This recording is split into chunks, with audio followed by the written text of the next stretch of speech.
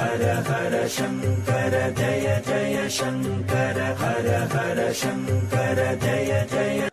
அம்பாளின் அருளை பெறுவதற்கும் வேண்டிய வரங்களை பெற்று பல விதமான பிரச்சனைகளில் இருந்து விடுபடுவதற்கும் ஏற்ற மாதம் ஆடி மாதம்.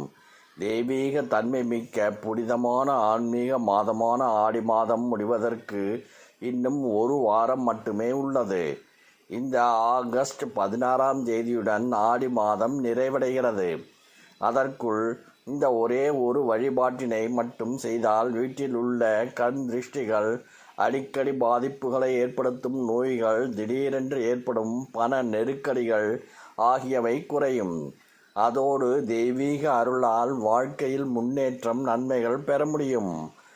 ஆடி மாதம் அம்மன் வழிபாட்டிற்கு மட்டுமன்றி அனைத்து தெய்வங்களையும் வழிபடுவதற்கு ஏற்ற மாதமாகும். குறிப்பாக குல தெய்வ வழிபாட்டிற்கு மிகவும் ஏற்ற மாதமாகும். மாதத்தில் இஷ்ட தெய்வ வழிபாட்டினை மேற்கொள்வது, நேர்த்திக்கடன் நிறைவேற்றுவது, ஏதாவது வேண்டுதலை முன்வைத்து பிரார்த்தனை செய்வது ஆகிய அனைத்திற்கும் மிகவும் சிறந்த மாதமாகும். ஆடி மாதத்தில் பலருக்கும் குலதெய்வம் கோவிலுக்கு சென்று பொங்கல் வைத்து வழிபடும் வழக்கம் உள்ளது. இது மிகவும் விசேஷமான பலன்களை தரக்கூடியதாகும். இந்த ஆண்டு ஆடி மாதம் முடிவதற்குள் ஒரே ஒரு முறை குலதெய்வ கோவிலுக்கு போய் பொங்கல் வைத்து வழிபட்டு வருவதற்கு, அதுவும் குடும்பத்துடன் சென்று குல தெய்வத்திற்கு அபிஷேகம் செய்து பொங்கல் வைத்து வழிபடுவது சிறந்தது. அதோடு குலதெய்வம் கோயிலுக்கு வெல்லம் வாங்கி கொடுப்பது, பொங்கல் வைக்க தேவையான பொருட்கள் வாங்கி கொடுப்பது அல்லது அன்னதானத்திற்கு தேவையான பொருட்கள் வாங்கி கொடுப்பது மிகவும் சிறந்தது. இதனால் குல தெய்வத்தின் அருள் உங்களுக்கு, குடும்பத்திற்கு எப்போதும் நிறைவாக கிடைக்கும். வெள்ளம் எப்படி விரைவாக கரையும் தன்மை கொண்டதோ அதே போல உங்கள் வீட்டில் இருக்கும் துன்பங்கள் கரையும், இன்பங்கள் மகிழ்ச்சிகளும் நிறைய துவங்கும்.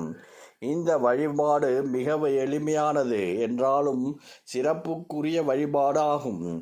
குல தெய்வம் கோவிலில் செய்யும் வழிபாடுகளைப் போன்று குல தெய்வம் கோவிலுக்கு செய்யும் சிறிய தானங்கள் கூட நம்முடைய குடும்பத்தில் பெரிய மாற்றத்தை ஏற்படுத்தும்.